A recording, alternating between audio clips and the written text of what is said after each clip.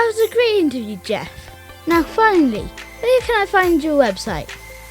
I don't have a website. What? I just never got around to making one. You know what? I can't take you seriously with an attitude like that. I am extremely disappointed in you. To not have a website is irresponsible, lazy, you lack ambition. I mean, where's the vision? Don't be like Jeff. Be responsible. Get out there and shine with a beautiful website by Web Orchard, where they will take care of all of your website needs. Go to theweborchard.com right now and get a beautiful website you deserve.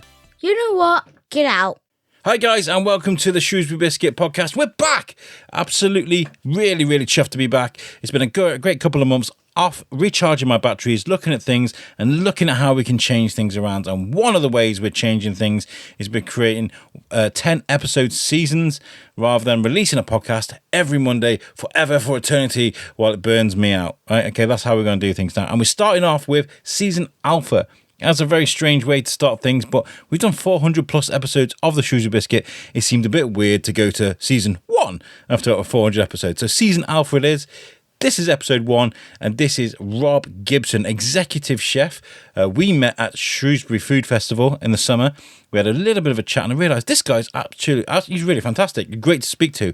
But then, by the time it come to a point of us actually sitting down and having a chat, I was winding things down with the old format of the biscuit. And when we finished the biscuit, actually, Rob invited me to a pop-up he was having at the New Inn at Hooker Gate. And it was fantastic. Me and my wife went. We ate some fantastic food. I ate fish. I don't eat fish normally, but I ate fish, and it was actually really beautiful.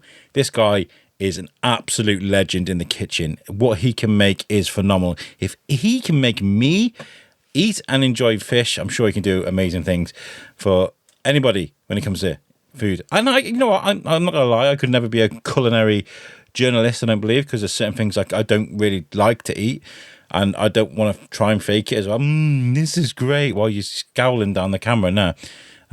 These feelings are genuine, and I'm really grateful to Rob for inviting us along. And you're going to hear him now, his beautiful voice, and about his career and how he came up and all the amazing things he has done. I want to thank you guys for being so patient and waiting for the biscuit to come back. It's been a long slog.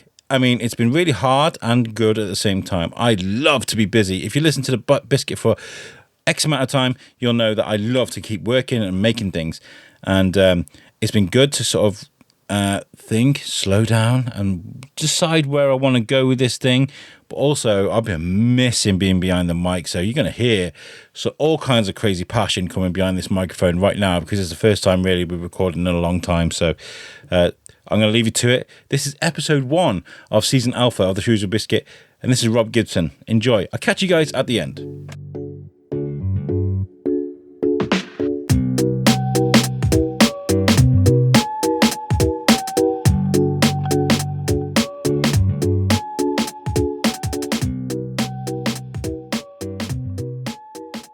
Hi guys, welcome back to the Shrewsbury Biscuit podcast. I've been away for so many weeks. I'm really happy to be back here doing this thing. Sometimes you just got to take a break from things before they drive you insane, I love doing this thing, but I love doing it so much that I was just doing too much of it, But I am back, and I'm back with a guest today who I've been dying to speak to properly, because we've met each other at events. I've been to a pop-up event at at the New Inn at Hooker Gate a while ago. But now I finally get some time to sit down with executive chef Rob Gibson. How are you, mate? I'm very well, mate. Thank you for having me. Yeah, it's really good because whenever I see you, the last time I saw you was at the food festival in Shrewsbury. That's right, yeah. And it's kind of like, hey, how you doing? You all right? Yeah, you're great. It's really good. I've got to cook. See you later. Bye. That was it. It was a quick, it was a run around that day, wasn't it? Because I was hosting the stage, so yeah, had to keep the mic right in front of you, because it's very, very focused. Yeah, you were, and it's those days. I know Beth and the team there do an amazing job with that food festival. And I went to Ludlow as well. That was really good too. Shout out to both of them. I know they do a great job to make everything so chill. But from the outside looking in, it looks like absolute manic, an event like that, doesn't it? Yeah, I mean, it's great. I love these food festivals. There's always meeting new people at these things.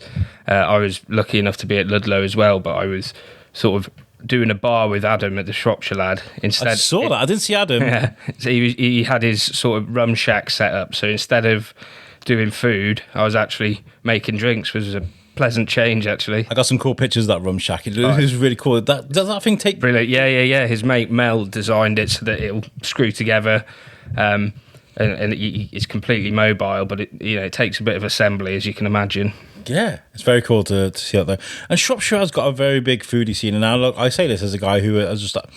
I think maybe I'm wrapped in cotton wool, maybe I'm bubble wrapped because I'm in Shropshire and I didn't see much going on outside of Shropshire. But from looking on the inside, there's a proper foodie place, isn't it? Yeah, there's a big food hub going on in Shropshire, and it's getting more each year. It's certainly starting to change its way. Obviously, you always had like Ludlow was massive foodie area anyway, but now I've noticed Shrewsbury itself is becoming more and more food orientated. And I feel like after having to speak to Adam, me and Adam got such a funny history of like the podcast. If you guys are listeners to my content, you may remember. I think it's episode 3. We just launched You Suck, right? So it was me, my team in the UK, and I had a team in America. And I was like, I've got this great guy who would be great to talk about because he does like almost American-style barbecue cooking. So my co-host, Tom Bruno in Vermont, was like, absolutely, get him on the show. So we get him on the show. This was during lockdown. I'd just gone to Woods before they closed, bless them, and they give me a load of free drink. And I was on keto at the time. All right. And I thought, I can handle this. No problem whatsoever. I got so drunk speaking to Adam Pennell, and by the end of that episode, I was like, slurring. I had to cut it to a clean version and a bad version. Yeah. It was great. Yeah, I've never done a gig with Adam, and we've ended up sober at the end of it. It's sort of the vibe, you start early with a few beers, a couple of rums, and that's his whole vibe, he's proper fun, proper like bouncy with energy. Yeah, he's a good guy. I miss him. We should get him on the show again sometime. Yeah, absolutely. But what Adam has taught me, and like yourself, there are different people I've spoken to, even Marcus Bean and Liam Tinsley, for example, great chefs that kind of self-taught, like get in a kitchen and just have a play around. And, when did you realise that you were good at this? So I, from a very early age, like my nan was an epic cook. Dad worked away all week, so he'd sort of come back on like a Friday night, and I'd be at my nan's and we'd cook him a meal for when he got home. And yeah, like I say, my nan was just an amazing cook. We always making breads, cakes, meals every time, and I just sort of got really into it then. And then the first sort of professional kitchen, should we say, I went in, my sister was working at a local pub at the time, and she got me a work experience at this local pub, and there's 2 really great chefs there, Mike and Nath, and they sort of got me into it in terms of from the professional side. I did really well as a 15-year-old lad, and they hired me then, all the weekends, all the holidays I was doing there. What is that environment like for a 50? Is it something that you had to grow accustomed to, or was it quite daunting? I was lucky. I mean, the first couple of chefs I worked for were really chill, really respectful towards me, considering I was a young lad. Obviously, later on in the career, when you sort of hit 17, 18, that's when you really get your ass handed to you. Yeah. But no, I was very lucky for the first couple of years. And what motivates you like more as a chef growing up? Is it the failure or the success? I know exactly what you mean. Yeah, I always had sort of dreams in my head of getting all these prestigious accolades, and it was only probably the last 5-6 years that I sort of dropped all them ambitions, and now I just enjoy cooking essentially food I like to eat, for people.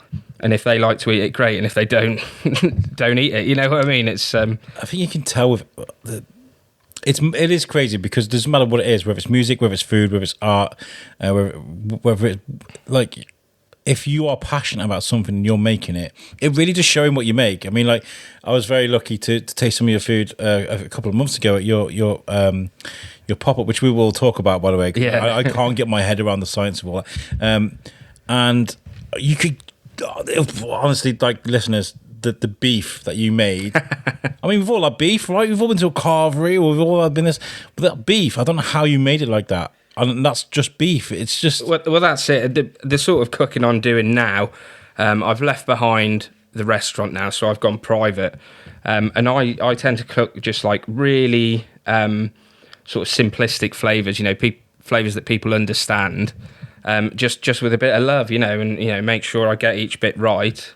But just really, simple's the wrong word, but do you know what I mean? Understandable, relatable combinations. Yeah, and it's real chemistry, isn't it? It is chemistry. What you guys do, it's like, what's the perfect recipe with the acids and the alkalines and the sweet and the sour and the what goes with what, That's it, definitely. And bit like, well, when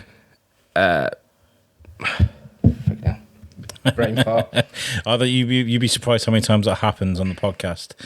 Are you trying to remember a name of someone? Yeah. No, I love that. Like the biggest name, Marco Pierre White. When Marco Pierre White, he said, when you learn technique, you don't need the recipes anymore.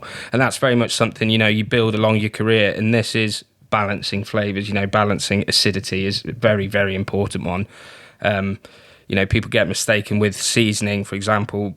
Pepper is not a seasoning. Pepper is a flavour that you add to something, it makes it taste of pepper. Whereas a seasoning is something that brings out the flavour that's already naturally there, so salt, for example, and various other, you get natural salts and other umami boosters, should we call them. And then acidity is another one, so you can just use quality vinegars and verjus and citric, citrus juices. And a couple of drops in a sauce or something, you'd be surprised at the difference it makes. Like, it just levels it out, balances out. You're not tasting the vinegar, but it's just cleaning up the dish. And how, like, when it comes to like making a name for yourself as a chef, I'm guessing you've been doing this for a few years now. No disrespect, but we're talking about an era where there wasn't a TikTok and there wasn't not in some circumstances there wasn't a social media presence. Whereas I feel like now a certain video or a certain thing on social media can really help you get that exposure to a higher level. How do you do that? How do you get yourself into a certain level without social media? Well, when I first sort of started after I'd done all my training, I was always relatively good in college, and I went straight down to Devon and Cornwall after that. And then, obviously, that's a close-knit sort of group of chefs down there, so everybody knows everyone. And that was it, working at various sites there, your name soon gets passed around a bit, and vice versa with everyone else. Is it a bit of a clique? Is it? Yeah, it's yes and no. Yeah, yes and no. It's you just hear the same name a lot, and you either get a good rep or a bad rep down there. So when I moved back to Shropshire, I had to start from scratch again. Everyone had forgotten all about me. So I came back to Shropshire, and that's when I think collaborations with people are really important, and just lots of networking. That's on my list, is like this amazing community that like, I'm not just saying this because we're a Shropshire-based podcast, but like the community between you guys and how you guys talk about, collaborate and work together is incredible, because you guys really are kind of rivals. Yeah, it's so bizarre. The whole industry's sort of shifted now for the better, and that's exactly it. Like, I've got lots of friends in the industry, and not one of them would I consider, like a rival now. They're helping me succeed. I'm helping them succeed. Working together is only beneficial for both of us.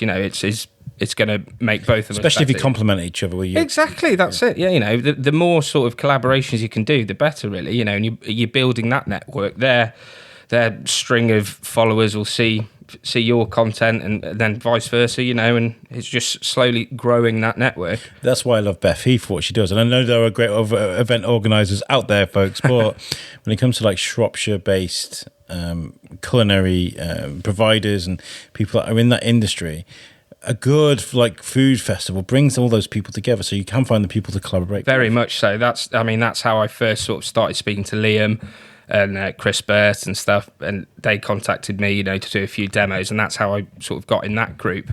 The same with Adam, actually. I actually met Adam at a food festival, and again, now I consider him one of my best mates. And like he is one of the first chefs I think I spoke to from. I'm having to think now, like over plus 400 plus episodes of the Biscuit. But yeah, one of the first chefs I spoke to that I realised, when there's somebody like absolutely champions the county from where they're from, even as far as the charcoal that he uses. Yeah, that's it, exactly. His whole thing is local Shropshire stuff. Yeah. And I saw Adam at your pop-up at the New Inn. Yeah. Great pub, by the way. Go to the New Inn at Hookergate. It's a fantastic Yeah, place. it's a cool little venue, yeah. And he was like, me and Rob are off to America. And I was like, what? He's like, yeah, we're going to go to a competition in America. And I was like, no way. This is a regular thing for you, isn't it? Going to America and taking part in it's the second time I've been out this year anyway. It'll be next year now. But yeah, I'm hoping to go somewhere crazy as well next year. But yeah, we were very lucky. We got invited to do the World Food Championship. Well, I say we, Adam did, and wanted a bit of a wingman to support him. So yeah, we flew out to Texas. I booked the accommodation, which was a bad decision because I booked us in the most dangerous part of Dallas. Really? Booked us into South Dallas, thinking, oh, this is quite close to where we need to be. The taxi driver said, "Oh, I don't normally drive around here, and gunshots and sirens. Drive-by shootings, you name it. It was a very ghetto sort of area, and we had a laugh about it in the end. But yeah, if you Google the statistics, it's like got 270% more crime than the rest of Dallas or something like that. And I booked us into the dodgy end of town. But no, we had a really, really, really good time out there. It was just drinking beers, cooking food, and eating plenty of tasty stuff. It was a brilliant week. I imagine you and Adam, though, you fit in perfectly with the American food and culture there. We got on really well with everybody, yeah. I mean, he's got his way of doing stuff, hasn't he? And they loved his vibe. I think they found it very entertaining as well, or both of us, should we say, because what with the different accents and stuff like that. It's just a bit of a culture change for them. But I bet even for America, like the way you cook, the way Adam cooks, the fire and the wings and the sexy flavors. What was it? A strawberry cheesecake chicken wing. Yeah, he did. Yeah, he did that. Once, surely that's like their bread and butter in America. We certainly competed with them, if that makes sense. Yeah, they have very specific ways they like things done at these competitions, and we just sort of pushed all that aside and did it our own way. But no, made some great contacts over there, and we've been invited back next year. We missed out on by quarter of a point. So yeah, how did it go? Are you allowed to say yet? Yeah. So we, like I say, we got very, very close. Missed out by quarter of a point, which is comforting in one way because it shows that you were doing the right sort of thing. And then obviously a bit disappointing because it would have been nice to have that extra few grand in the bank. But next year, we know a bit more what we're looking for. We know exactly how the competition works.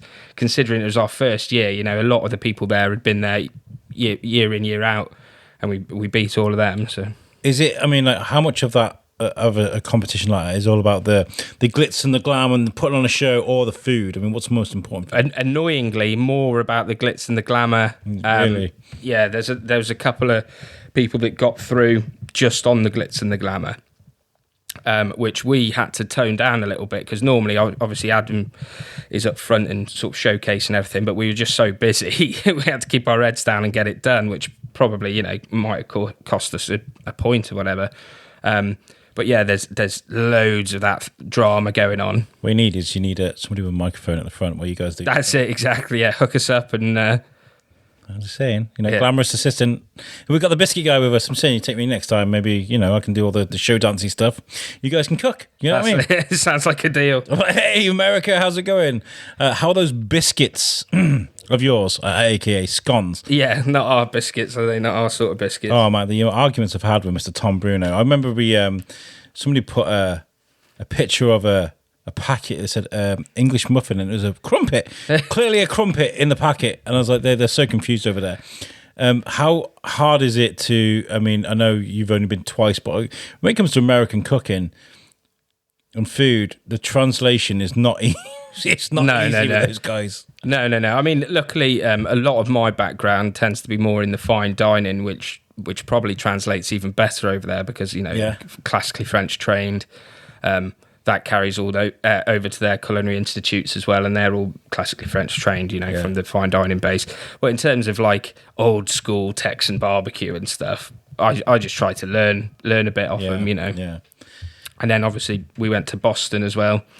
Well, I went to Boston, so that was a very cool one. I got invited to go and cook the world's largest beef Wellington for Gordon Ramsay, which was really cool. So yeah, technically he's got the record, but it was me who did all the essentially made it. So you can regularly just rock up and work with Gordon Ramsay. I mean, that's amazing. Well, they filmed the second day in New York, where they took the finished beef Wellington that I had made, and then that filmed his part after that. So I never got to meet him officially, but I worked with Guga Foods and Nick DiGiovanni, Max the meat guy. They were all there, and I was essentially their chef consultant, should we say. So I was showing them how to make this perfect beef Wellington, and they commissioned me for it. You're talking 20. I think the record was 27.5 kilos or something like that. So It's a big bit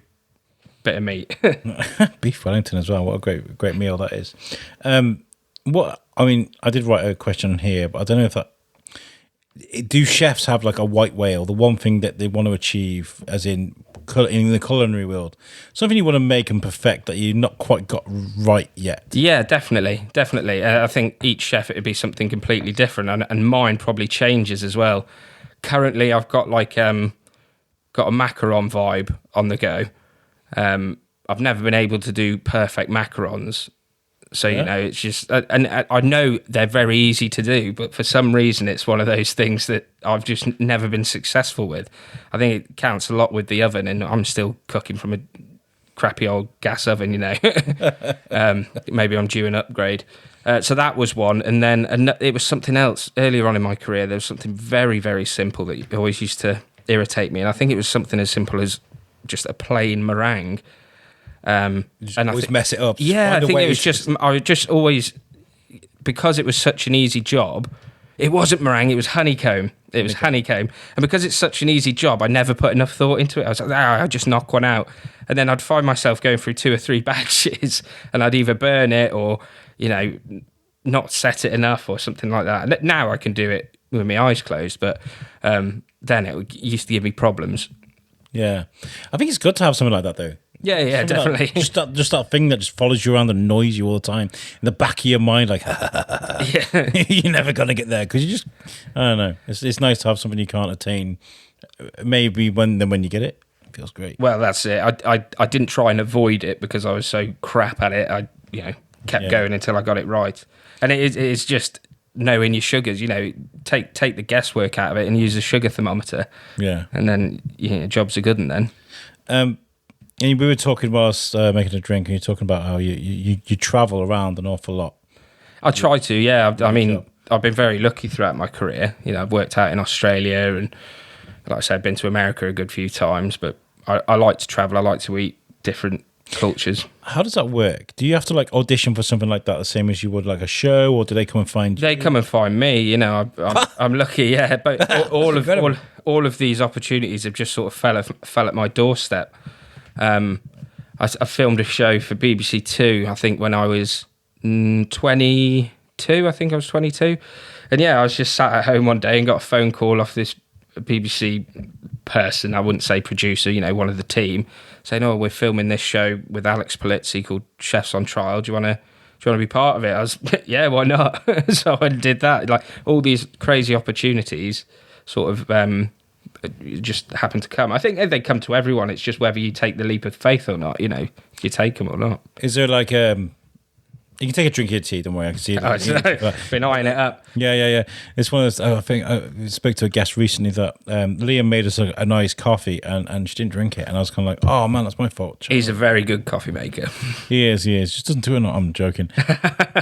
We love you, Liam, and we wish you the best of luck with the restaurant at Theatre 7. It's a great little spot. Oh, it's ace. Yeah, he's done wonders with it. What a cool little space. And Yeah. God, his ambition is just going through the roof, all of these ideas that he's got. It's like he's got too many ideas. Yeah. We talked about this at the Shropshire Music Awards. I was like, you need to find an idea, just sit with it for a little bit. Yeah. Well, like I said, just take it a step at a time, but he's smashing it, and it's nice to see him so happy. Yeah. Yeah, he's strutting his stuff at the moment.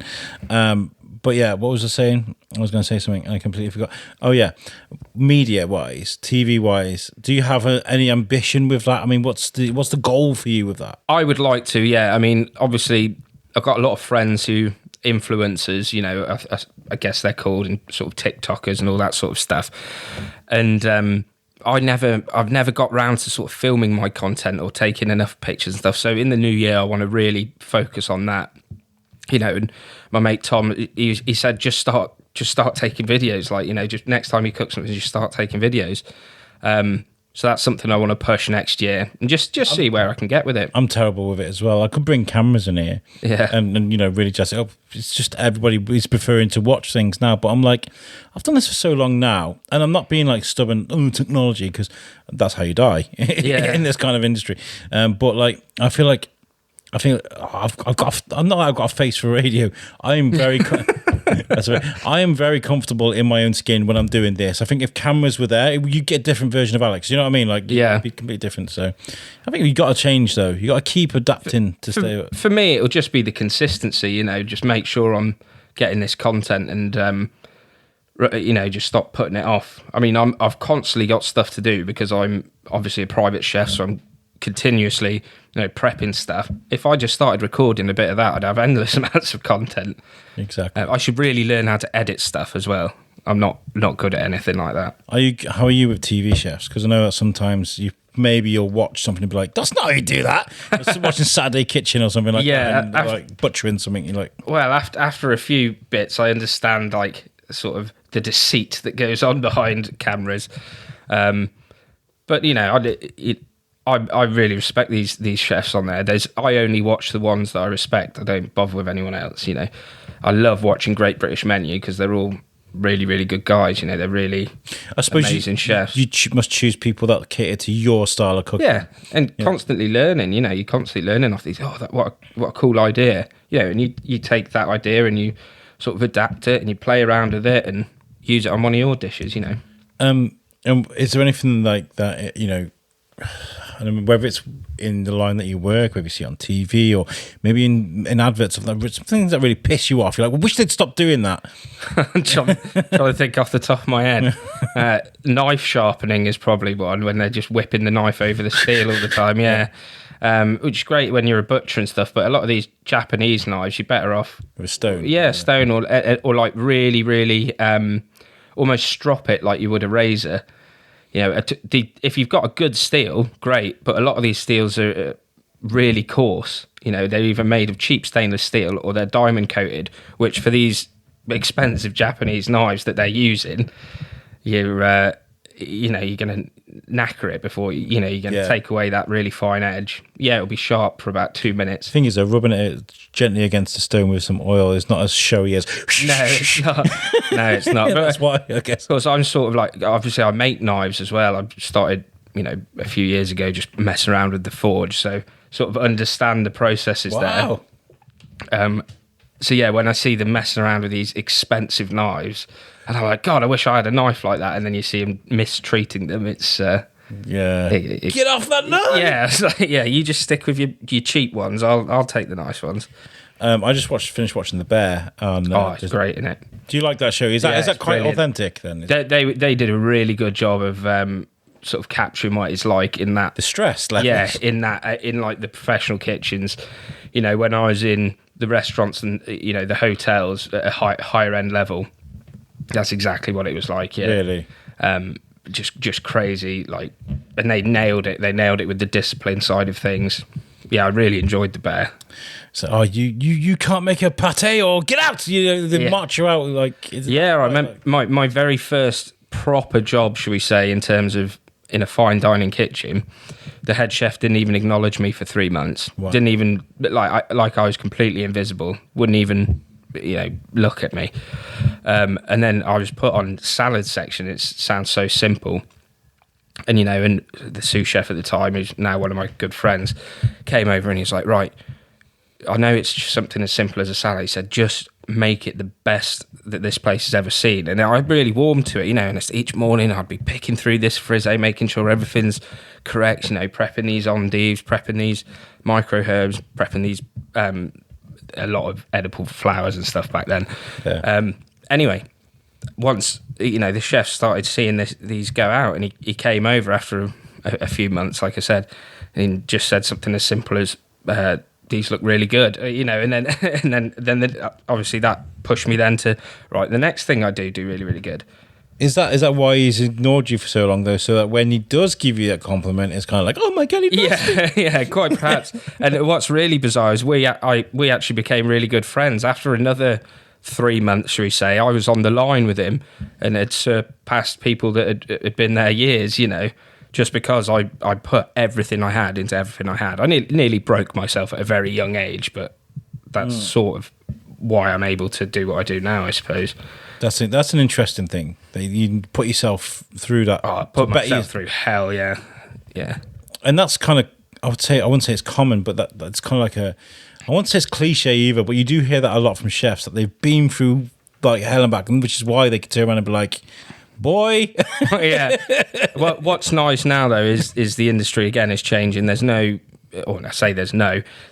as much shouting and swearing and stuff in the kitchen. And I noticed it was only when I took over my first role as head chef that I got a lot more out of people by treating them nicely than I ever did. Human beings, yeah. Bollocking them every 5 minutes, which as a sous chef before, I was a bit of a psycho. I was not. But that's how you were raised, right? That's right, yeah. And I learned my lesson through that. I learned a lesson from that. But it's nice now that I like to think that people work with me and go, oh, he's quite a nice guy, rather than.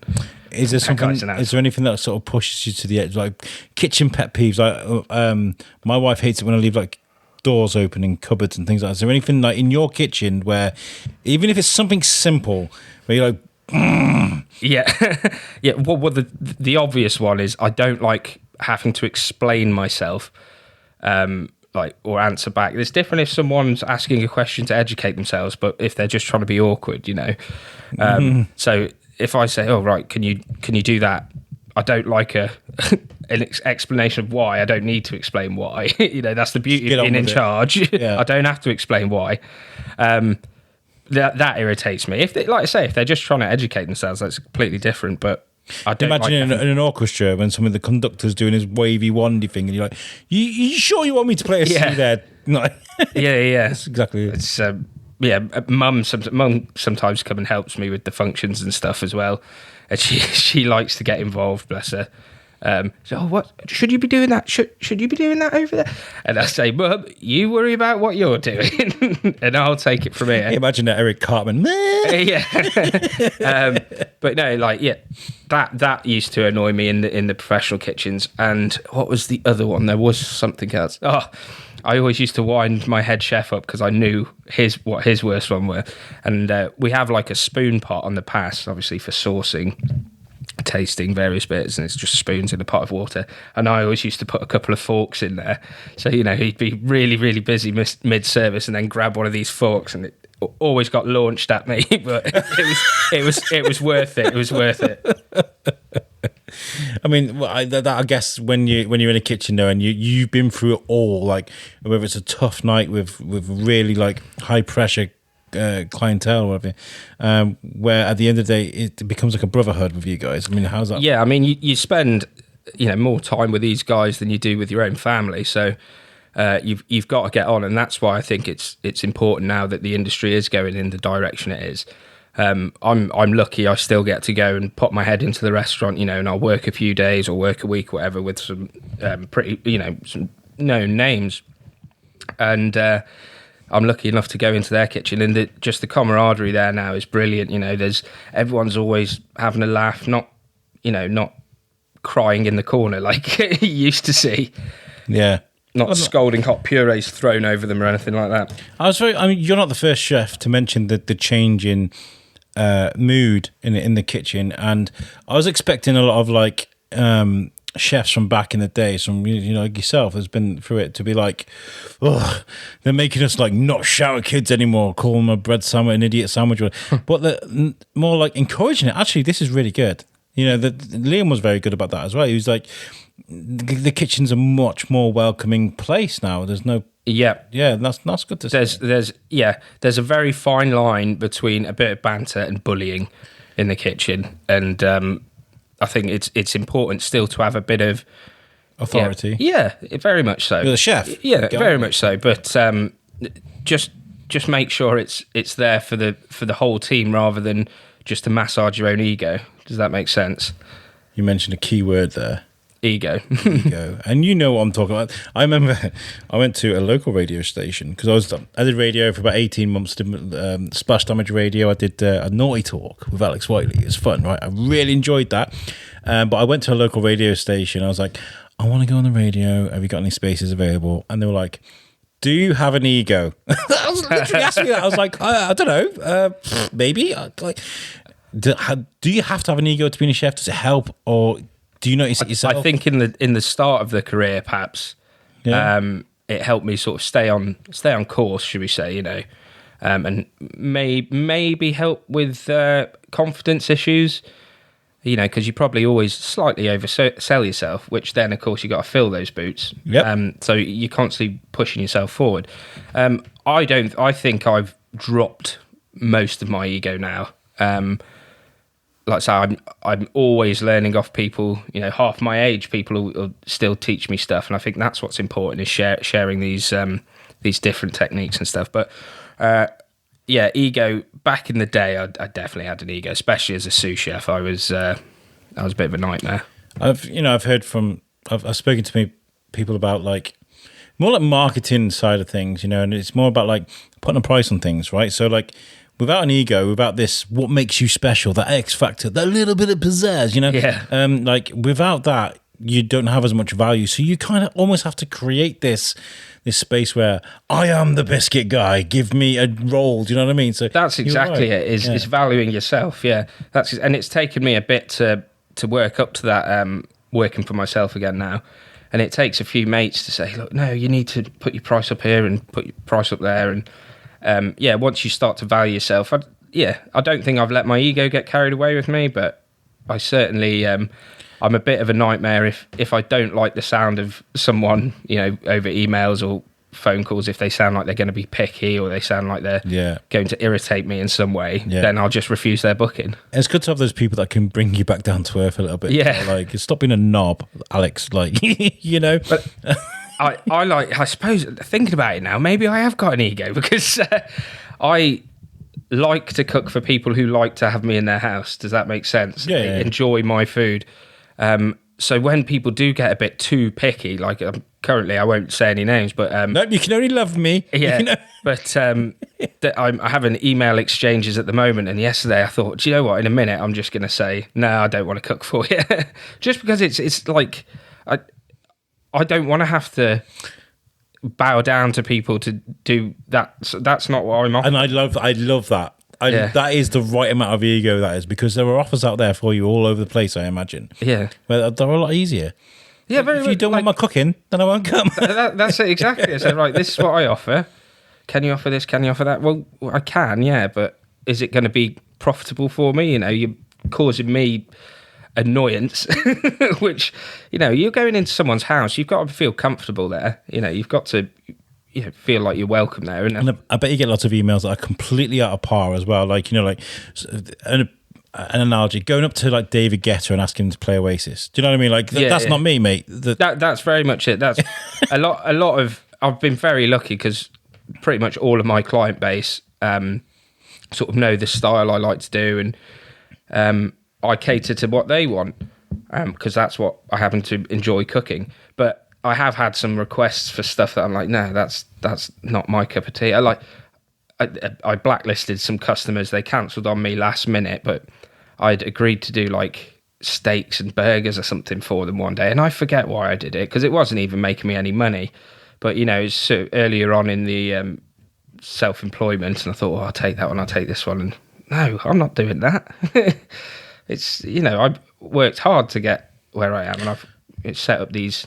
But I think you and Liam and Adam as well, because I've had some of Adam's food as well, and taught me that even the most simple things, once done by a professional like yourself, like Liam, we went to Liam cooked a steak for me. We put it on YouTube. It was amazing.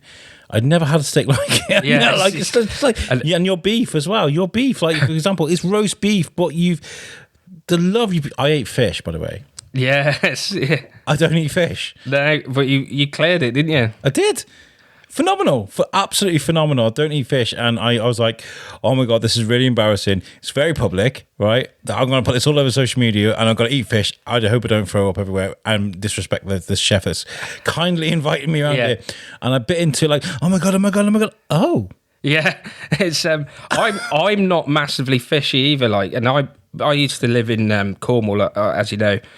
So I was very lucky. I had the freshest produce on my door, and I was so fussy with fish. I'd never let anyone other than myself or one of my friends cook it for me, because I just had this vision of going to a restaurant and it being hideously overcooked. And I'm a bit like yourself. I just don't like it. But when you've got nice fresh fish, it can be absolutely delicious. It was actually beautiful. White fish is just fantastic. Yeah, it you was cleared place. it, which is nice. Nice to try something different. It is, and it is teaching me. See, I'd love to be a food critic because I love to just go and just try new things. But my problem is, I'm really fussy about a couple of things. I physically, and this isn't me being picky, ever since I was a child, I physically cannot eat egg without just heaving. In any Can't eat fried egg, which annoys me. It smells amazing when it's cooked. Yeah. But the wriggly stuff. You're not alone in that. I know a few people like that. Boiled eggs, all them sort of things. I can't. Omelette, scrambled egg, anything like that. The nearest thing I can eat is probably pancakes. Right. Okay. So if it's in something, it's yeah, and which annoys me because we were doing keto last year and we did amazing off it. If I could eat eggs, it would have been a lot easier. It would have been a lot easier, wouldn't it? Do you know what I mean? But and the seafood thing, of course, is a bit of a pain in the backside for me. So I couldn't. There are certain things I couldn't eat. I think my tastes have developed over the years. I used to detest olives. I used to hate mushrooms. Mushrooms, those steak mushrooms, like mushrooms is a big one that people hate. Now I can't get enough of them, and it's just just try it, just keep trying it, and eventually you'll find something that you really enjoying. Well, you've helped me with that with fish. Yeah, well, thank you. I'd happily get fish from the chip shop. Actually, this is a really good point. This is a complete segue, but it's a really good point to bring up. I spent £4 on a bag of chips the other day, and I put on Facebook, I spent £4 on a bag of chips. What happened was, right, I went into Rebrook Chip Shop, an amazing chip shop, by the way. Shout out to those guys. We always go there. But I had a tenner, and I had my little boy with me, right? And they don't accept card. And I was like, that's all I had. I didn't have my card with me. And I was like, I can't afford 2 battered sausage and chips. That's crazy, isn't it? I know. And I got bad sausage and chips for Timmy, and I just got a large bag of chips for me, and a couple of scallops, and that cleared the tenner. Yeah. And I was like, 2 years ago, it wasn't that expensive for a bag of chips. Well, the thing is, like, a lot of chip shops have closed down around me, and my initial thought, it's going to be the cost in oil. You've got 2 or 3 75-litre fryers that you've got to change every probably couple of days. And oil has almost tripled in price, as you'll have seen in the supermarkets. You can't buy a bit of crisp fry for less than £4. Yeah. So I imagine that's a big deal. And obviously the price of everything has gone up, massively. Tax and all that sort of stuff. It's funny you came onto that, because I was just speaking with a friend of mine the other day, saying I wanted to buy one of these old fish and chip shops off that were in town, and just take all the old deep fryers out and put some commercial air fryers in there, and see if I could do something with that. Like, you make fish and chips cheaper. What an incredible idea! Yeah. It'd have to be like quality. You'd have to test it. But I thought, that gets away from that oil cost, because a barrel of oil, like a 25-litre thing of oil, you're looking at 20 odd quid now. Wow! So you imagine that times God knows how much in that deep fryer. And that's just oil. That's you're not technically serving that. It's, I just want to clarify, by the way, I wasn't digging at the hard work that food creators make, and I wasn't like being like, oh, I paid the price. It was just a shock. Yeah, It was no, a shock I to get me. exactly what and you I totally mean. get it. Like, the world is a messed up place for food creators like yourself as well. You know, it's not easy. I costed a menu recently because I do some consulting as well, and I was costing my menus, and I was like, realistically, I'd have to charge something like not £19 to £20 for a fresh fish and chips in the pub to be able to make the same profit that I would have made, say, Unless you were making for mass bulk like customers. Yeah. Well, even then, the cost is the cost. You know, a piece of fish costs so much. Yeah. And it was the same with the steak. You know, let's say you've got a really good quality steak and you've paid £6-7 for it. By the time you've added your garnish and your sauce and you've paid the staff and you've paid the pot wash and you've paid the Put the lights on. put the lights on, put the gas on to cook it, you're always aiming for about 75% GP, which is almost unachievable now. I'd have had to charge close to £30 for this sirloin steak. You know, that's why I'd never eat it out. Are you guys as food creators, and you know, as far back as I went to an Indian last night, amazing food, chip shop, amazing food, executive chef, amazing. Are you guys, all of you, thinking it's got to balance out somewhere? Because yeah, well, a lot of us now, I know for myself, obviously being private, I'm just absorbing the cost. I think I've put my prices up by like a £5 per head in the past 2 or 3 years. and everything else has gone up by probably double that. Yeah, exactly that. So I'm just absorbing that, and I know a lot of restaurants are as well. But yeah, it's going to have to. There'll be a point where it's just going to be unaffordable for people to eat out, or maybe it just becomes more of a luxury, and the fine dining restaurants will flourish more. I don't know. I'm kind of hoping, because I know there's this lean towards like this resurgence in our economy, that they kind of wake up a little bit and they go, actually, if you want to boost the economy, we've got to help people be able to go out and spend their money. Do you know what I mean? By lowering prices a little bit, and manufacturing prices as costs as well. Well, I do hope it balances out, but I just want to apologise for that post if I offended anyone. I was just shocked and a bit annoyed as well. I couldn't get my battered sausage. Do you know what I mean? No, I know exactly. It's only when you part with that cash, you just realise how crazy it is. What have I just done? If you were to have bought a few Freddos, you'd have had the same shock. Like, you know. Yeah, exactly. A couple more questions. When it comes to going to festivals, like we've mentioned Shrewsbury Food Festival and Ludlow, and I'm sure you do up and down the country, how does that preparation go for you? Because obviously you walk into a tent, and do you have to take your own products? Do you know what you're making? Do you know how you're going to make it? And you know, how does that work? Because you must do one festival one day, next weekend you do not. How do you plan for that? Yeah, so for me now, I've got it down to quite a fine art. I was doing a cooking demo the other day for a shop called Brambles in Audlem. It's like a little cook shop, so I do it every year there. And I've got it in my head now. I like to try and use as minimal equipment as possible. So I want to do a lot of one-pan dishes. So I sort of like, right, let's say I want to do sea bass. What can I do with that that's showy, but also I'm not going to have bits of kit everywhere? Because that's where you can get yourself in a bit of mither. I also like to make it hard on myself.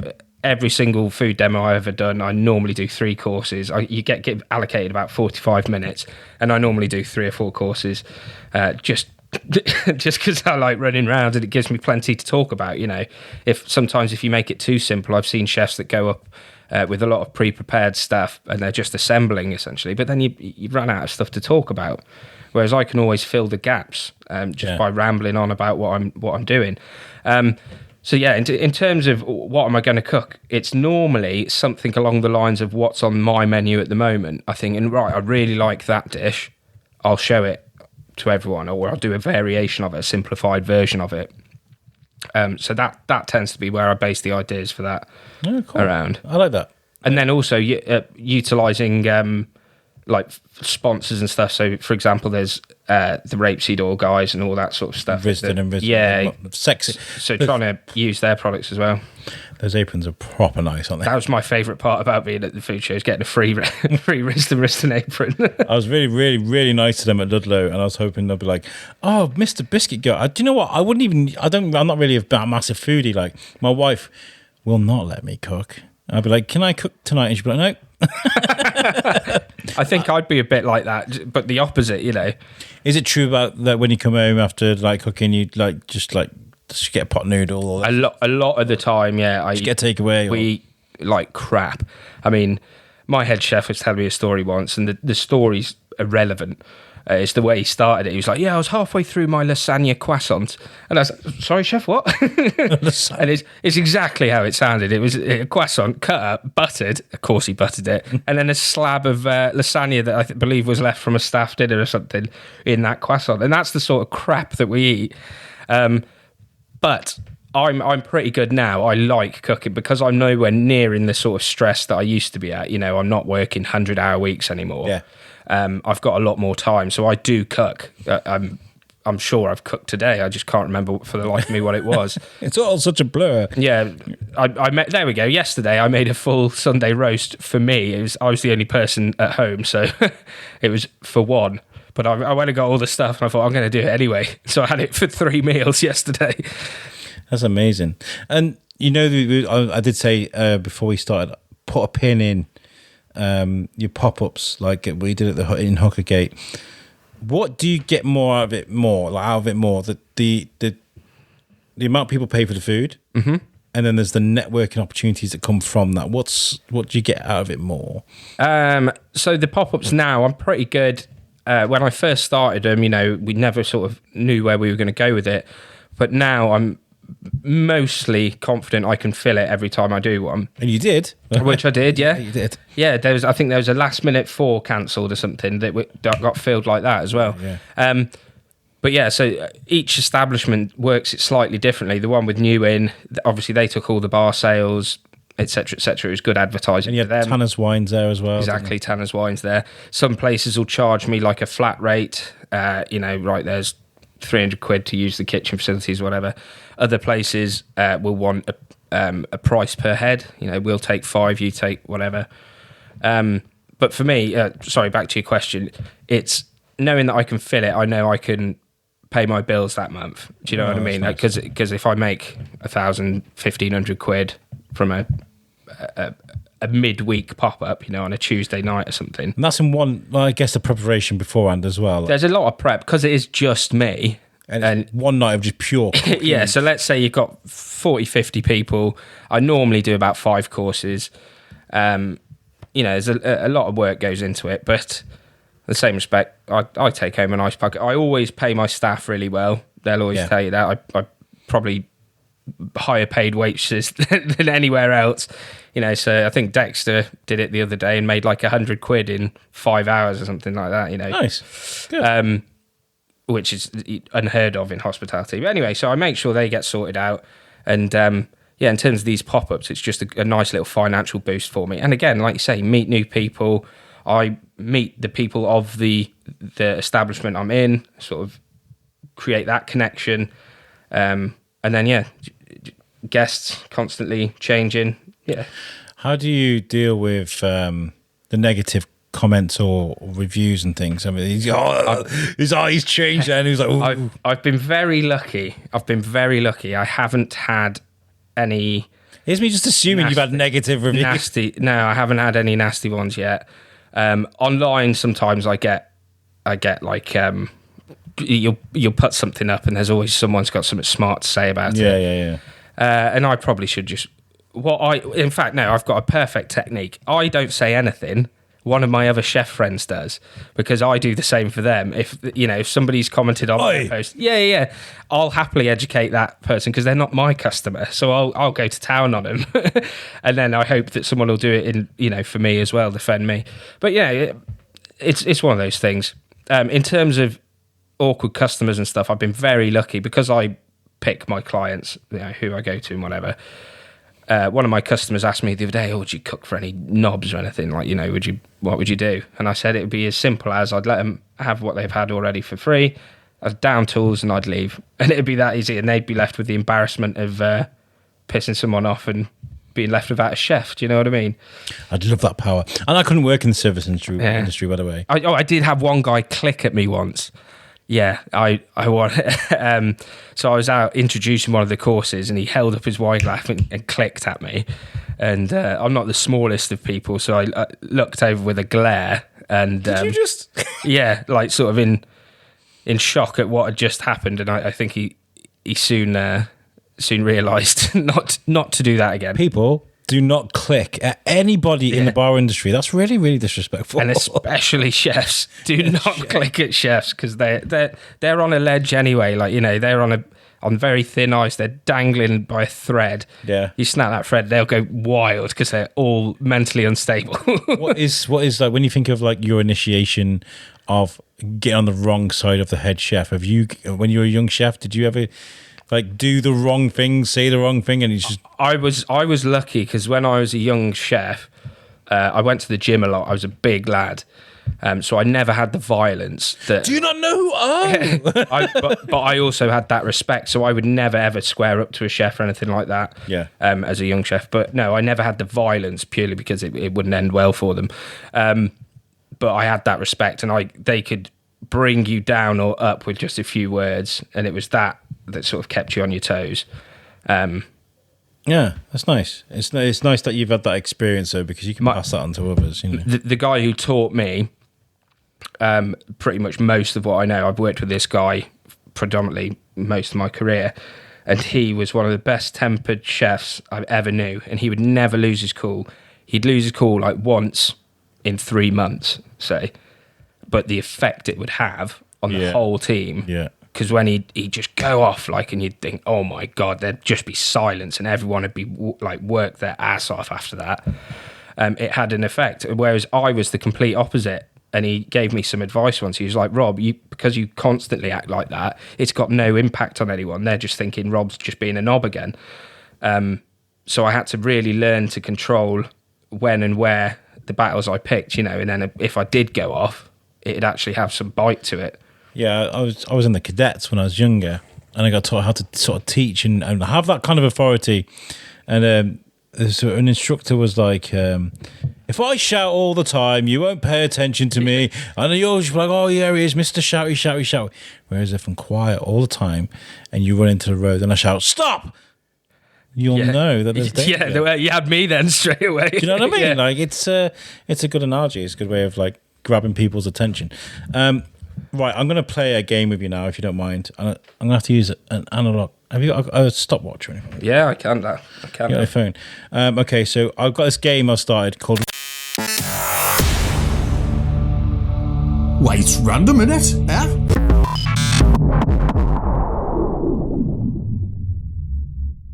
And it's it's doing something. Yeah, it's all right. I'll tell you what I'll do. I'll put it on aeroplane mode. Maybe that'll help.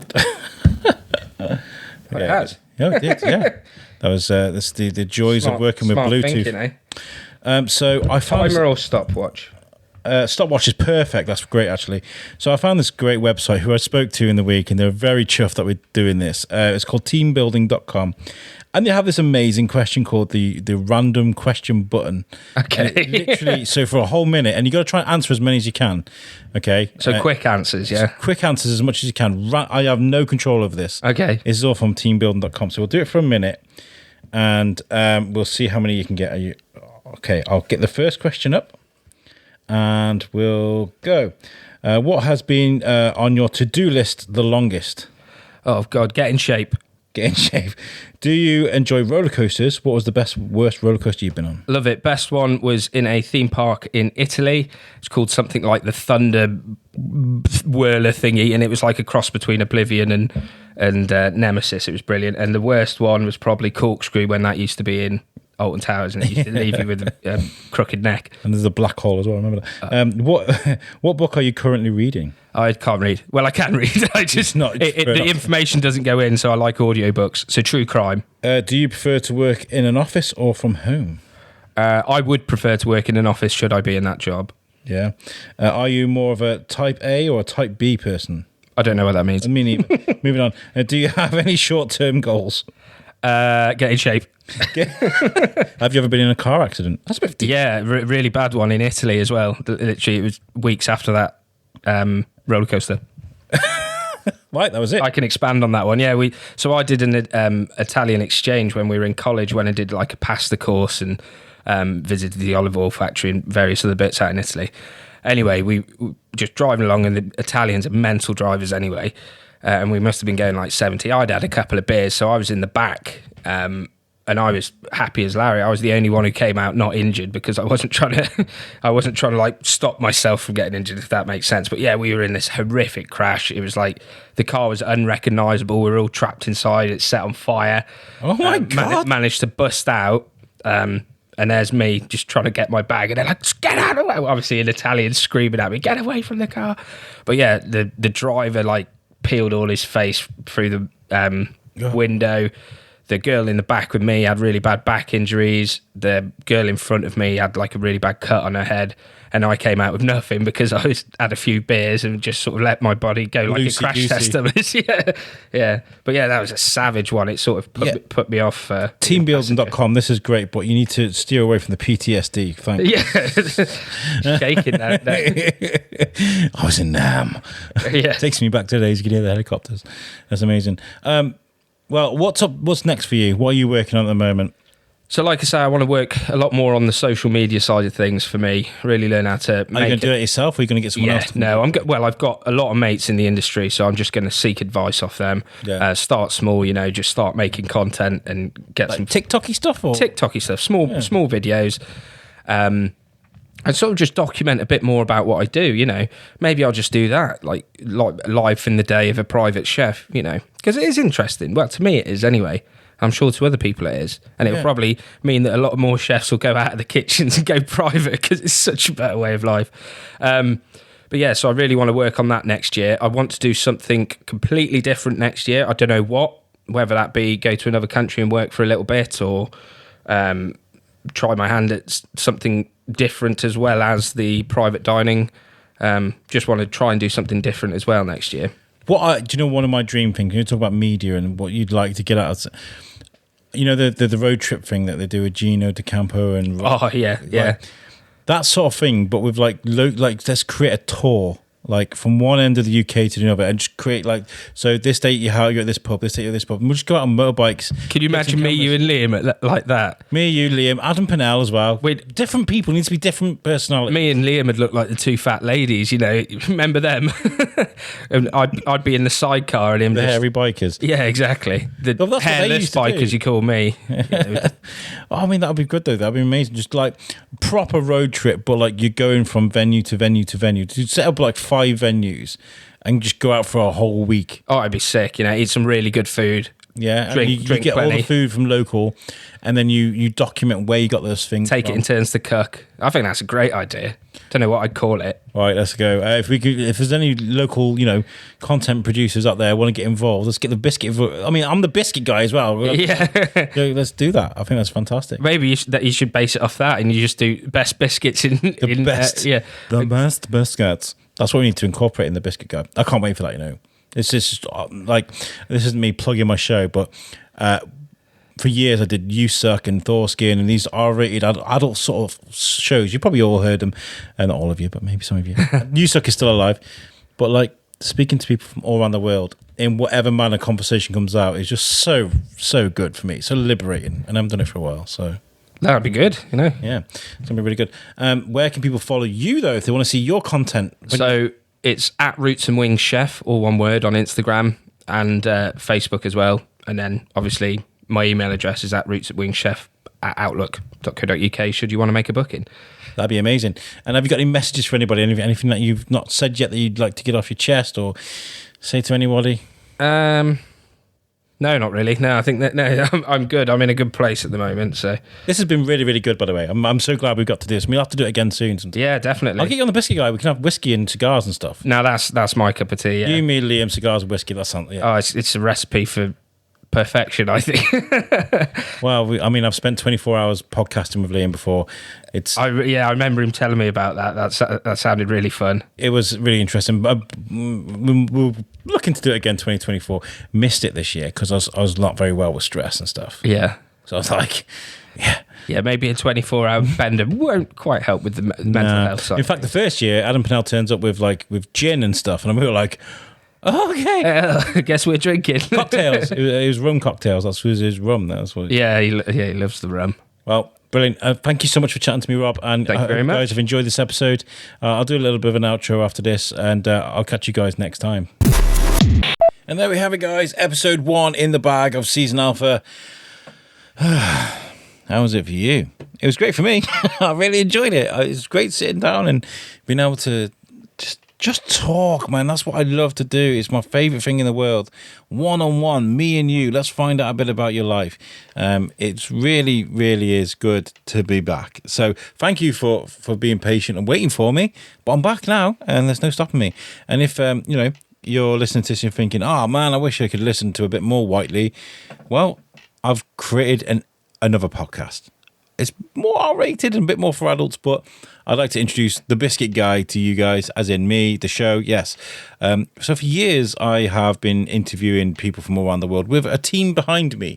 Tom Bruno and David Arabian and George Lugo, Moose Cooper, all the guys from U-Circle, the people I've been working with for years. They are my brethren. I love them very much.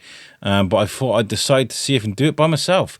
With all those years of experience behind me, so I created the Biscuit Guy, and it just means I can speak to whoever I want, whenever I want, however I want to do it. And it's we've done episode 1, and went all the way to Shrewsbury to find guest number 1, and to speak to Mike Perkins, my good friend as well. But it's a different setting, and that's the whole point. Okay, I love the Shrewsbury Biscuit. It has its place. But I love the Biscuit Guy too, because that also has its place. I can have a glass of whiskey. I can swear a little bit, be a bit more adult. It's great. So if you want to, mosey on over to the Biscuit Guy on Facebook, you find all the links there, and we'll also put links on the website too. So, follow the Biscuit Guy if you want a little bit more Whiteley in your life, Thank you so much to Rob for coming on the show. It was really good chatting to you, mate. And I think the plans we got for summer, I think they weren't too ridiculous. I feel like, they got those fire pits or those barbecue areas at Love to Stay. Let's use something like that. Get some great foodies about us. Get some cameras. Get some microphones, and just have a night of interviews and cooking and music. Maybe, I don't know. That'd be really cool. Just one for me and you guys. Anyway, I'll leave you guys to it. Thank you so much for tuning in, and I'll catch you guys at episode 2, where we're going to speak to Annika Reese and about her journey. So yes, guys, thank you for listening. Catch you guys next time. Peace out.